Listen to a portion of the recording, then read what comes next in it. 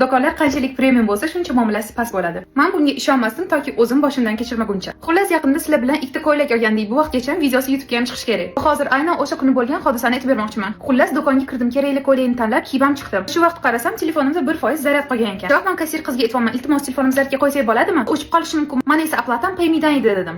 Yo, uzr, qo'ya olmaymiz. Bizning ham kassada terminallarimiz hamda Wi-Fi turibdi dedi. Men ikkinchi marta so'radim. Iltimos, agar hozir qo'ymasangiz telefonim o'chib qoladi. Men keyin aplata qila olmayman dedim. Va ko'zimni qirrasi bilan ko'ryapmanki, bitta traynikda bo'sh joy bor. U esa yo'q, mumkin emas deb bizga "Xo'pqatga qo'yayman bo'lsam, sizni bilmadim" dedi. Keyin 3-martasida agar men hozir telefonimni zaryadga qo'ymasam, sizlardan fizически оплата qila olmayman, hech narsa olib keta olmayman. Bitta bo'sh traynikda joy bor-ku, shuni qo'yaylik dedim. Уже серьезный tonda. Joyida ikkita ko'ylak kiyib ko'rdim va bittasini olishga qaror qildim. Tanlagan ko'ylagimni borib kassaga qo'ydim va shu joyda "Sizda faqat shumi?" dedi. To'g'ri, menga poyandoz solib muomala qilish kerak emas. Lekin aynan o'sha do'konda odamlar o'rtacha 1,5 million, 2 million tashab ketishadi. Men bu yerda yomon muomala bo'ldi deya olmayman, lekin muomala ham bo'lmadi. Menda bitta savol tug'iladi. Nimaga mass marketda kiyim xarid qilsak, muomalasi chiroyli, muomalasi uchun ham oddiy kiyim bo'lsa ham xarid qilishga men tayyor bo'laman. Lekin aynan shunaqa do'konlarga kelganda biz xuddi ulardan qarzdagi kiyim olayotgandek muomala qilishadi. To'g'risi, avval ota-onam bilan kiyim xarid qilardim va muomalasiga uncha ahamiyat bermasganman.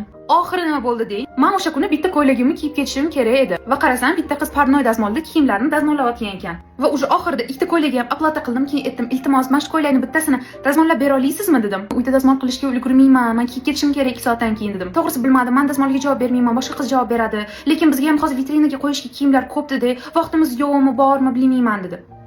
To'g'ri, ular dazmollab berishga должен emas, lekin o'ylaymanki, shuncha kiyim olgandan keyin hech bo'lmasam навстречу klientga borib, qanaqadir usluga qilib berish kerak edi. Men baribir yengilmasdan yaxshi muomala bilan o'sha qizdan borib so'radim. "Iltimos, mana shu ko'ylakni dazmollab bera olasizmi? Kiyib ketishim kerak edi, iltimos" dedim. Ular "Agar hozir kiyib ketadigan bo'lsangiz, qilib bera olaman" dedi.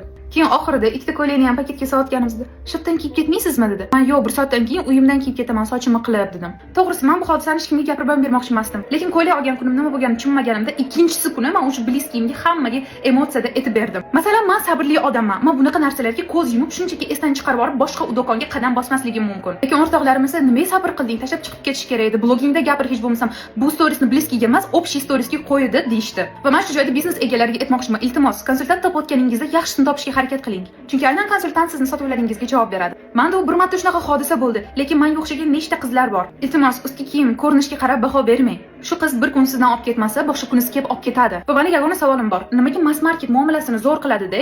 O'rta segmentdan sal balandroq bo'lgan do'konlar aynan shunaqa. Sizda shunaqa hodisalar bo'lgan izohlarda yozib qoldiring. E'tiboringiz uchun rahmat. Hammaga xayr.